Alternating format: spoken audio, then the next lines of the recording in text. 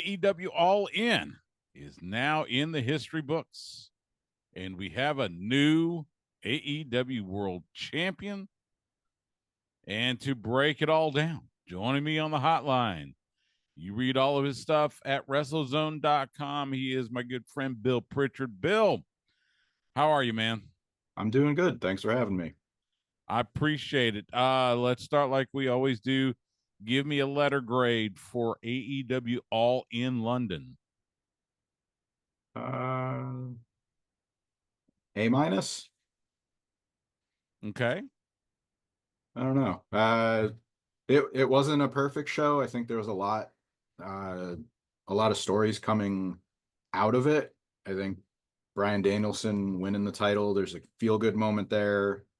Uh, Obviously, there's some complaints about a couple of the matches on the card, but I think it was a pretty solid show. I actually was looking forward to this one more than last year's All In. I think this one maybe delivered more. I don't know if it was less distractions with, like what happened afterwards, or, the story about the attendance was huge. Like, I just feel like there was more focus on the card itself and less on some of the outside stuff. I agree with you. You didn't have, obviously, last year was tainted with the whole thing with CM Punk and Jack Perry, and the you know depending on which report, slightly to somewhat overinflated attendance numbers. Like you said, this year it felt like it was all about what was happening in the ring. Um, let's talk about Bryan Danielson, the American Dragon. He defeats Swerve Strickland. He is the new AEW World Champion. Going into it, I could have easily seen it going either way. Did it surprise you that they put the title on the American Dragon? No, but I feel like it was more Tony's decision than Brian being okay with it. Because I think I don't remember exactly, but I think in the post show, or maybe it was somewhere after, he said, like, it wasn't something something I wanted to do. Like, I never saw myself winning the title. And I believe the quote was kicking and screaming. okay, so Yeah. it would be accurate. I think uh there's been a few other times where it came out later, like Tony insisted on something, and it ended up being for the benefit of the brand. So I think, I think this, uh I'm I don't know if his title reign is going to be short lived, but I think having him get a big win like that, and the follow up like announcement tomorrow, like we're going to hear from, it almost feels like like another retirement segment, even though he's the champion. So I'm interested to see what they do next. Yeah, the announcement, Bryan Danielson's going to address his future tomorrow night on Dynamite in Champaign, Illinois. And yeah, I mean, I get it. You've kind of got a pattern just based on what they did with Sting at Revolution. Same thing with Bryan Danielson. Now Sting retired. Now we did see him at All In, and we'll get to that here in a little bit. But we haven't heard anything as to which way this is going to go tomorrow night. This announcement about his future. So if you were a betting man, which way do you think he might go? Brian, Yeah. I think he'll stick around a little longer, and the main reason I think they could get away with it is he said that this year would be his last as a full-time wrestler. So I'm thinking maybe we see him until December in a full-time role, and then I think he's done. But I could see him losing the title even sooner. Yeah, you've got was it Wrestle Dream that's in the I state think of it's Washington? Is that in that yeah. October or September? Is it October 1st, or was that what the I date was think it might last be year? October 1st. I have to look, but Um, and you got Christian Cage, who has a world title shot in his pocket, winning the Casino Gauntlet. So, I mean, it's plausible that they do this in Washington State. Brian drops the title to Christian, and then Christian holds the title maybe until beginning of 2025 before he drops it to somebody. We'll Yeah. see. I think it's kind of funny how, sorry to cut you off. You know, I think it's kind of funny how it used to be like, the WWE thing would be like making a guy lose in his hometown, and it became like almost like a running gag. And then we got away from it, and now it's kind of like we're almost wanting to see that again for the heel's benefit. Like Christian beating him in Washington would be like the perfect scenario for Christian. right. Plus, it would fit into the whole retirement thing. Mm-hmm. He wrestles his final match in his home state. Goes out on his back there in Washington. So it seems logical. So we'll see. We'll see what happens. Like you, I'll be very very interested to hear what he has to say tomorrow night. We had a few other title changes. Will Ospreay defeating MJF. We have the International Championship back. And look, I have a soft spot in my heart for the American Championship. That was the top title back in the days of World Class Championship Wrestling. So there's a soft spot in my heart for that. But I'm glad that little episode is over. Uh, Will Ospreay MJF put on a hell of a match. Interesting that Will Ospreay went ahead and pulled out the Tiger Driver 91 to win it.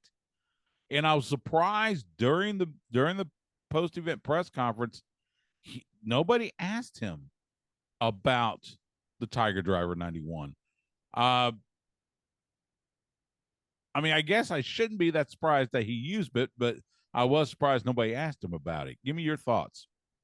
That's actually a good point now that I think about it, because I watched I watched the post show. I think it was yesterday. I rewatched it, and he talked about anything but that. So I think Danielson going up to him and saying like, do it, like use the move like last week. I think it wasn't completely obvious. Like it wasn't like, go ahead, use the move that you said, like that you hurt me with. Like I thought that was a nice touch.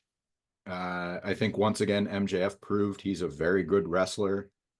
I don't know why people will, kind of give him grief about being a good promo. Like, yeah, that's what a strength of his character is, but he's also a very good wrestler. And I kind of figured that this was going to be the end of that feud, but I'm curious to see what MJF does next, because the American stuff seems like, I don't want to say low hanging fruit, but it can only go so far. So I'm curious to see what he does next. I am too. Now you had Daniel Garcia come out, towards the end of the match. I think MJF had grabbed the belt to try to hit Will Ospreay with it. Mm-hmm. Daniel Garcia, mask and hooded, jumps up, grabs the belt, and then reveals that it is indeed Daniel Garcia. So it would seem logical that that will be the next program for MJF. Meanwhile, Will Ospreay, he's going to have a litany of challengers for that international title. Mariah May defeating Toni Storm. That felt like that was probably the most obvious title change that was going to happen at All In. It happened. We heard from Mariah May. We did not see Toni Storm. There was a video of her basically walking out of Wembley Stadium in her gear into the streets of London. Mariah May, I know that's going to, she'll be your typical heel champion, which she does a fantastic job. Mm. But what's next for Toni Storm? Does she go even deeper down the rabbit hole, or does she revert back to the badass that we were introduced to when she first came to AEW. I think we're going to see a little bit more of the downward spiral. I don't know how long, and I don't have like a specific movie that they might reference, but I feel like, like they'll do something with like her with a bottle of wine and, kind of over the top and down on her luck and sort of almost kind of like, what's his name? Sad Baron Corbin, like sort of like down in the dumps going like that before he finally hits rock bottom and, come and you want to see the comeback story. I think hers will be a little bit more comedic effect with the black and white, and I think we'll see her maybe get a rematch. Yeah, I think you're right. Champions that retained included Mercedes Moné. That felt not quite as obvious as Mariah May, but that was right up there. Jack Perry beating Darby Allin in the coffin match. It was cool, of course, to see Sting 3 days after I saw him in Vegas, or 4 days rather, and then here he's walking out in Wembley Stadium to go help save Darby, and then who else would? Oh, the Young Bucks retaining, and then the Grizzled Young Veterans showing up in the ring to kind of seemingly stake their challenge, and they beat up FTR. So, of the champions that retained, which one seems to have a more interesting path going forward? Hmm. I I'm gonna say Mercedes. Just like I feel like Jack's story is very much connected to the elite, Mm-hmm. and it's somewhat similar to the tag titles. I feel like the Bucks don't really need them at this point. Like I feel like the storyline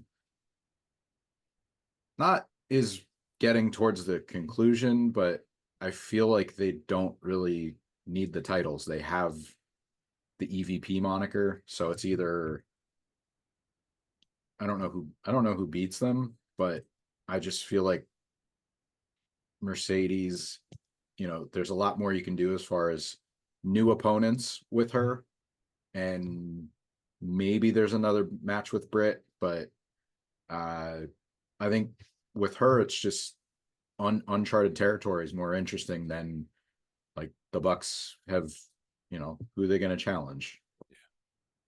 Yeah, I'm a Nothing, little. nothing against Lucha Bros and FTR. Like I said this to somebody last week. Like they always make magic when they have the match. It's just the storyline in between. How much new ground are we going to cover, and how much is going to be rehash? And I feel like there's only so much you can do, and this whole like EVP storyline, it feels like if you're going to do it, like go back to that instead of waiting for them to sort of finish their title defense and then to get back involved with it.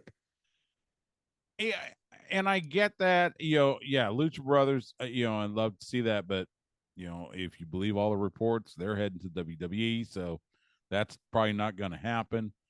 It feels like FTR may be taking another little break after getting beaten down by the GY by Grizzly Young Vets. Although I guess we could see those two go at it. Those two teams go at it. Mm-hmm. The Young Bucks. It's an interesting little dilemma there because, like you said, I agree they don't need the tag titles around them, but you've got Okada with the Continental title, you got Jack Perry with the TNT title, so I guess you kind of need the Young Bucks to have tag titles just so everybody in the elite has a championship. But at the same time, they seem to have gotten away a little bit from this whole EVP, trying to take over AEW. Yeah, you got Tony back and everything, but it feels like that has been a little jumbled, I guess is the best way to put it. Mm-hmm. I give me your thoughts. I don't know I don't know what to make of this little current standing with the Bucks, and then Christopher Daniels is an interim EVP, and then of course you got Tony Khan there. Give me your thoughts on this, because I'm not sure what's really going down. I feel like the injuries to Adam Cole and MJF's absence uh, really kind of put that storyline on hold. And then I thought, okay, this will take the place of that as far as being the primary storyline. And then it just feels like there's almost no progress at all. Some weeks it's like the Bucks, make a decision, and it's like where is this back and forth? Like where is this war that was like they didn't come out right and say they're going to feud, but I mean, if you're putting Daniels in there to combat the Bucks and it's this boardroom like storyline, I feel like there should have been a lot more going on than what we have to this point. Like I don't know if they're going to just kind of completely ignore it or let the Bucks kind of do what they want for months at a time, but like it just feels like there should have been a lot more progress by now. You're right. It really does. And Christopher Daniels, his role in all this. And look, I love CD to death. I think he's fantastic, but it just feels like, I don't know, he's put in there just to give him a role. It's Mhm. not there's not really a, I mean, because again, Tony Khan is there. Tony's backstage.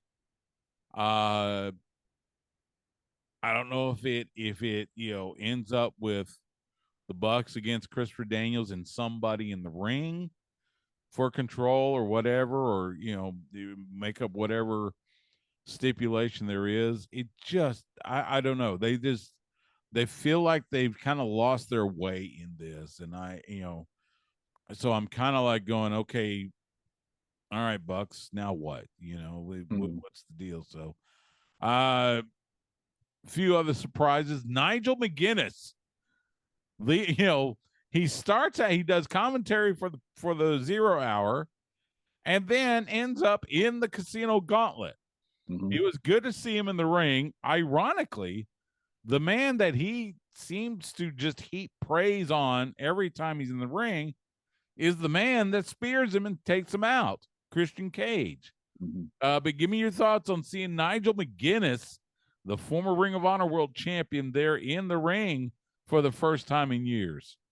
I'm glad it was a surprise because I know that people ask him and Danielson about one more match, and I know there was like some talk about Nigel wrestling last year. I'm really glad this one was kept a surprise because you see the reaction. Like when I wasn't familiar, like I'm not a huge Oasis fan, so I'm not familiar with the song if you say it's an Oasis song, but like a lot of people, a whole generation of fans know that song because it's his theme song. So like once that cues up, like you can just hear the reaction in Mm-hmm. that arena. So I was really happy with it. If that's it for him, like I hope it was what he wanted. If he comes back for another match, I think it would work well. So uh, that, and there was another little detail somebody pointed out, but one of the Bucks shaved their mustache in between matches and the one segment they appeared in. I forget. Yes, I I think thought you're that right. I thought that was a nice little touch because they came out in the Beatles stuff, Mm-hmm. and I think it was Nick shaved his mustache because he had the mustache for the match, and then he came back out and he didn't have a mustache. I believe you're right. I believe you're right. So, That and Nigel were probably my two favorite like little surprises on the show. yeah, those were really cool. We saw Jamie Hayter make a return during 0 hour, beating up Soraya and everything. Good to see her back. We were talking about Mercedes Monet. It feels like Jamie Hayter could just be slotted right in there to battle Mercedes for that TBS title. Give me your thoughts on Mhm. Jamie Hayter returning. I would love to know more in detail about what took her so long to come back. Like I know she was injured, but it seems like for months, if not close to a year, people have been asking like, when is she coming back? What's the deal? And we really had, I don't think any reports came out as far as like when to expect her back. So it's good to see her back. I'm just, a little curious what the situation is, why she was out so long. But like you said, I think put her right in the TBS title hunt. It's a good spot for her. Yeah. Yeah, and some of these long absences, it would be nice to have some sort of explanation. Everybody asks about Ricky Starks. And look, I see Ricky just about every month when we have Inspire After Death downtown. I do commentary for that promotion, and of course he is a proud alum of that promotion, and he will come to the shows. And so, of course, he lives here in Austin, so it's I'm not close enough to him to ask, hey, so what's the deal? So, but Yeah. it would be nice to hear some explanations on some of these absences. One debut we saw during the Casino Gauntlet, Ricochet, who just left WWE, now part of AEW. It's official. He is All Elite. Feels like we got a taste of Ricochet, but they didn't. It wasn't much. It was just enough to like say, okay, I'm ready for more. What do you think of Ricochet showing up in the Casino Gauntlet? I think it was a good spot. Leave him wanting more, especially in a match like that. If he's not going to win it, I think the way that they handled him was really good. And I know he's a really talented wrestler.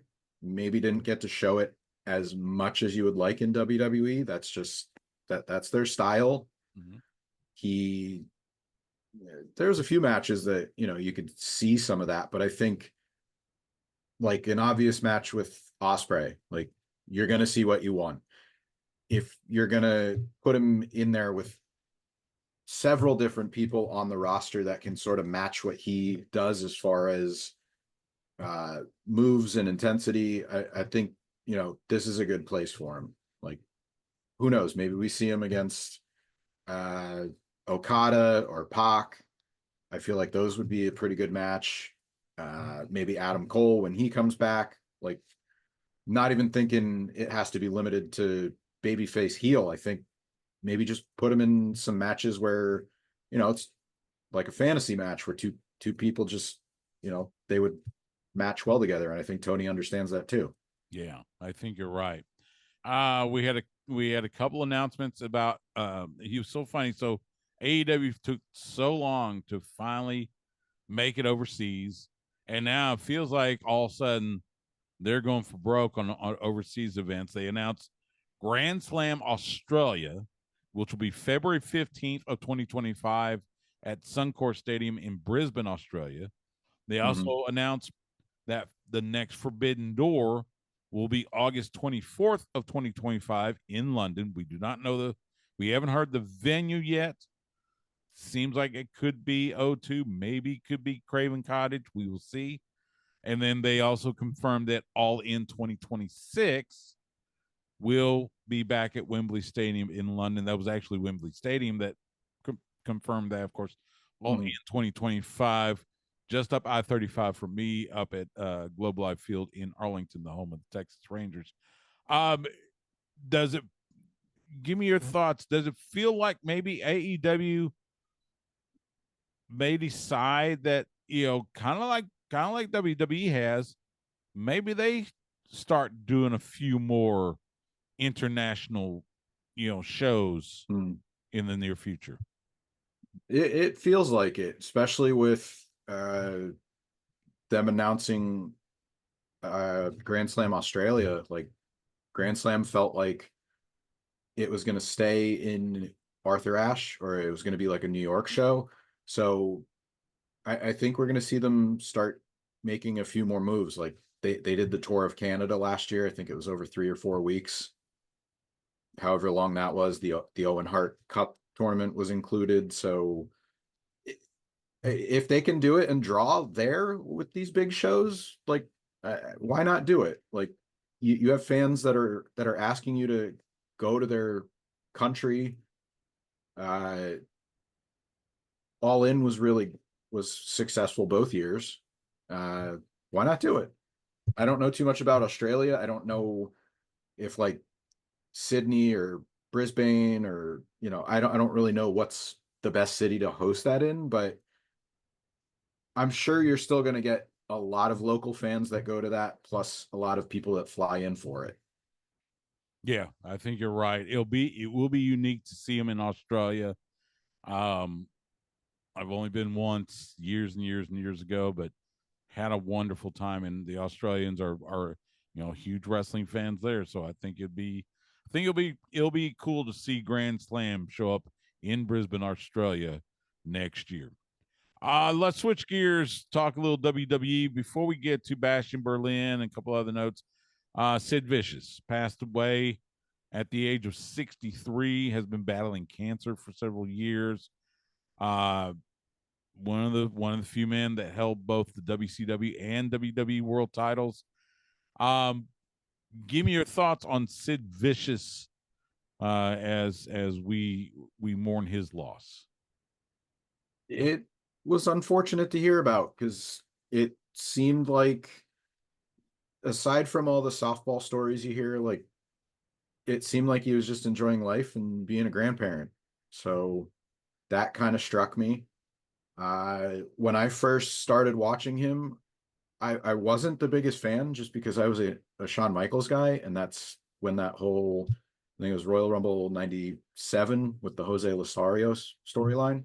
Mm-hmm. So I immediately wasn't a fan of him, but the more I watched, the more I appreciated, just because like he was a very intense guy just by like staring, and like, he did that in his Psycho entrance, and then finding more of his work in WCW, like especially like it was just I kind of wish I had a better appreciation for him when he was active, because now I can watch it and I can sort of enjoy it more. But all around an unfortunate loss. Yeah, yeah, I agree. He was one of the few that did not change much, if at all, Mhm. going from WCW to WWE. It was basically the same guy, whether Yeah. when he was the heavy for the Four Horsemen back in the day, and then heading to WWE, going through the Psycho Sid stuff and everything. Of course, a lot of people think about. I've had quite a few ask me about when it was I think it was WCW Sin, one of the last pay-per-views they had. Sid is wrestling Scott Steiner for the world title, and Sid comes off the rope and breaks his leg. We see the fracture happen right there live on TV. So, um, yeah, he was definitely intense. Um, Went through several. He was humongous at one time. That was a character they used a lot. Used in Mid South. They used in Memphis quite a bit. So, sad to hear about Sid Vicious passing away at 63. Mhm. Couple things. We saw so SmackDown. The Bloodline comes out.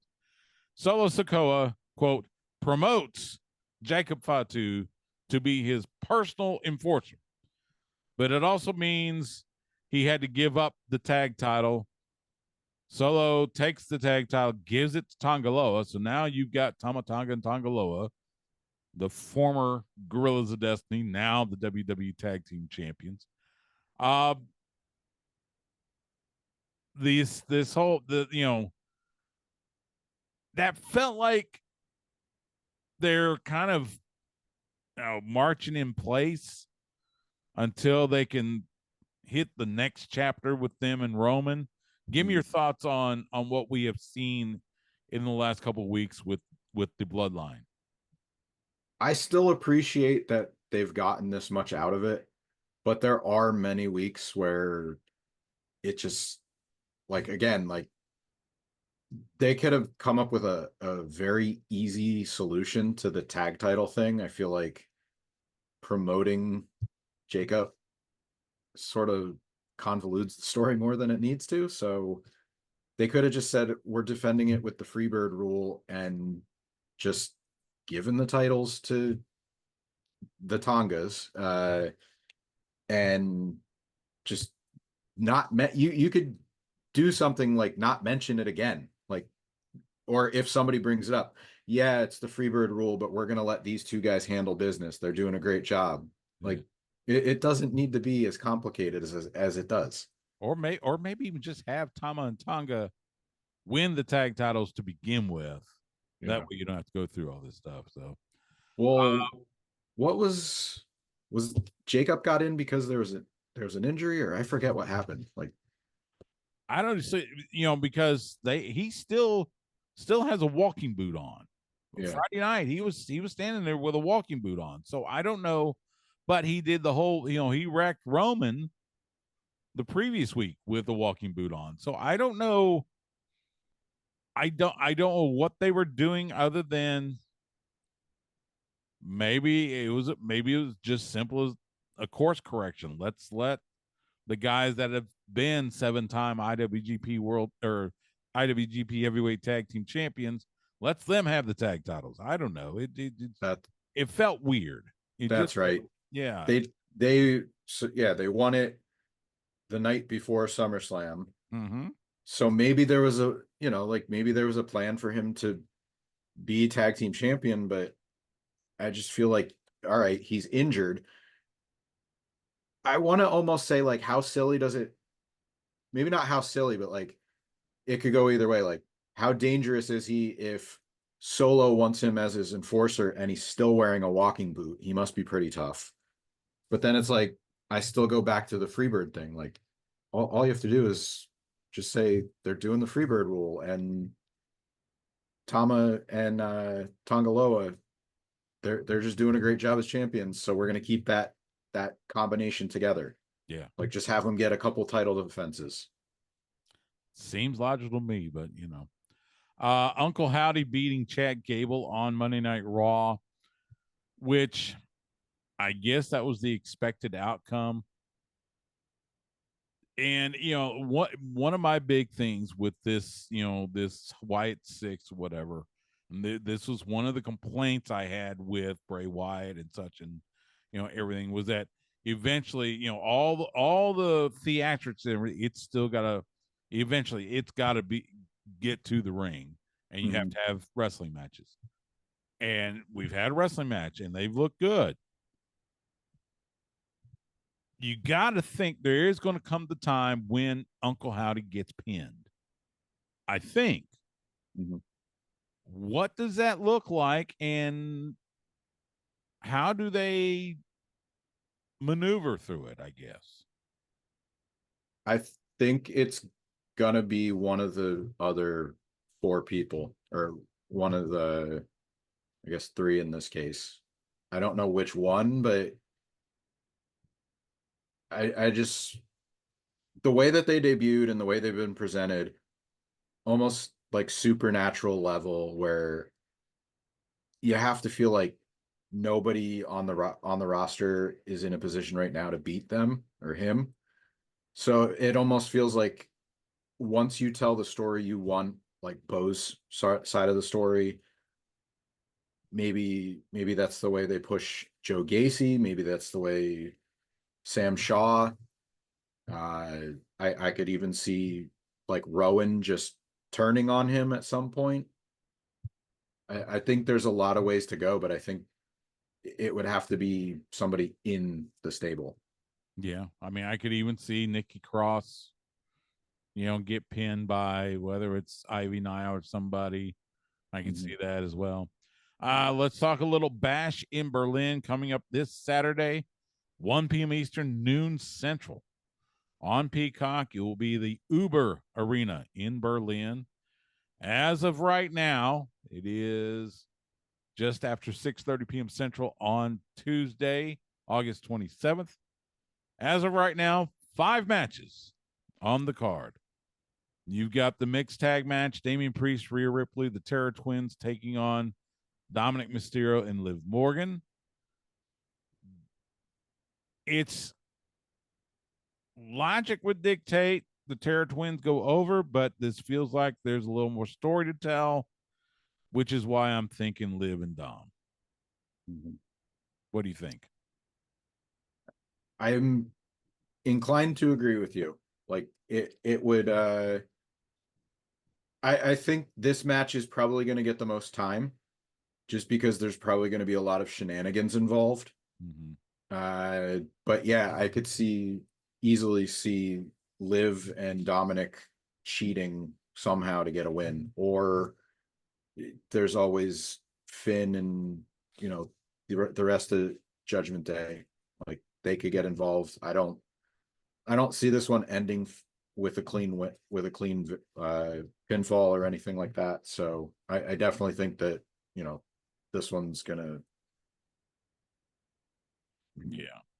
I don't know. It's just sometimes like you have a card and you're like, oh yeah, I want like a decisive result, but it's like this one, I almost feel like you're guaranteeing that you're going to see a follow up on Monday, so it doesn't really matter what happens. It's they're telling a story, and this is just a stop on that story. Yeah, I think you're right.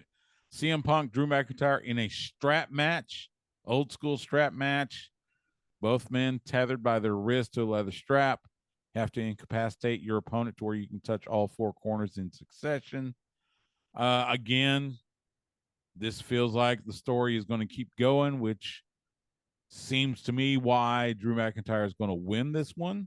Well, I guess either one could win and they could continue this story just because the least what we see on TV, the hatred is that heavy. I guess it could go either way and the story will still go. But who do you see coming out of this as the victor? I'm going to say Punk. Okay.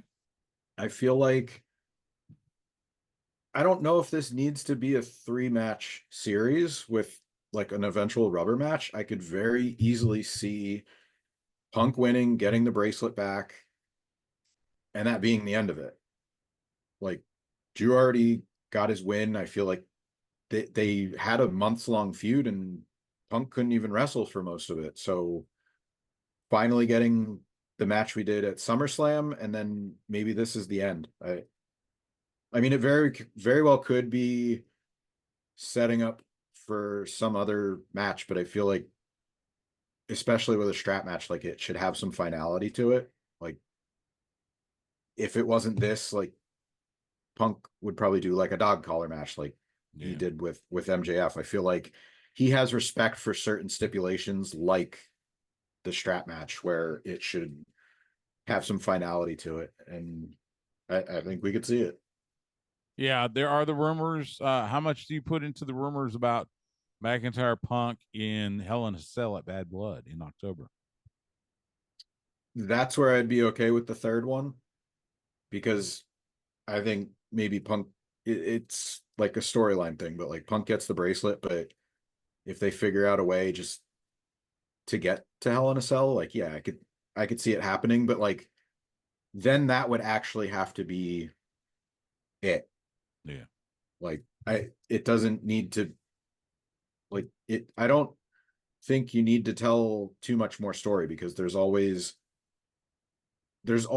some way to come back to it. So it's like I don't think they need to do it for too much longer. If they wanted to take time off, like who knows what could happen. I think I don't want to lean on this, but like I feel like Rollins' injury, maybe they decided to do it a little bit more longer, because you have to think that Rollins was going to wrestle after SummerSlam.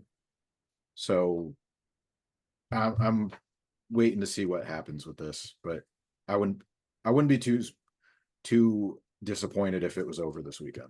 Whatever the outcome, please give Punk back the bracelet. For the love of God. The silliest thing, I swear. Alba Fire Isla Dawn defending the women's tag titles against Jade Cargill, Bianca Belair.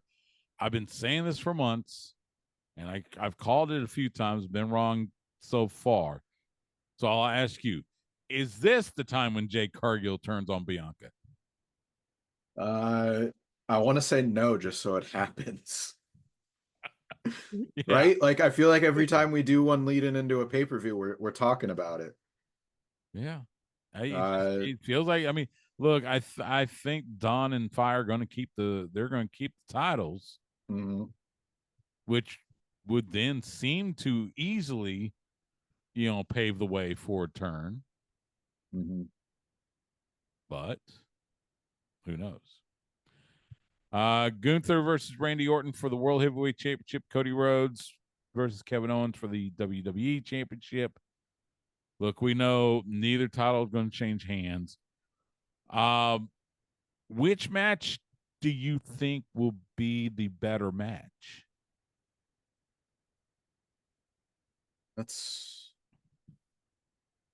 I'm gonna say Randy Orton and Gunther. Okay.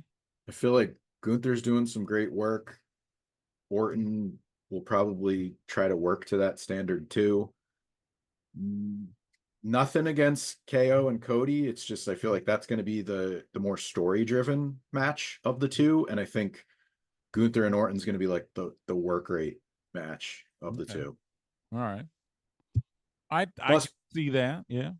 plus Gunther gets to show out in front of his people, hometown crowd. So Very true. Very true. Does Cody KO, does that lead into a heel turn for Kevin Owens? I don't think so. I think they find a way to not have him turn. I feel like he doesn't really have to. Like the explanation was, what was it? 3 weeks ago, he attacked Kofi. He didn't want the title shot to begin with.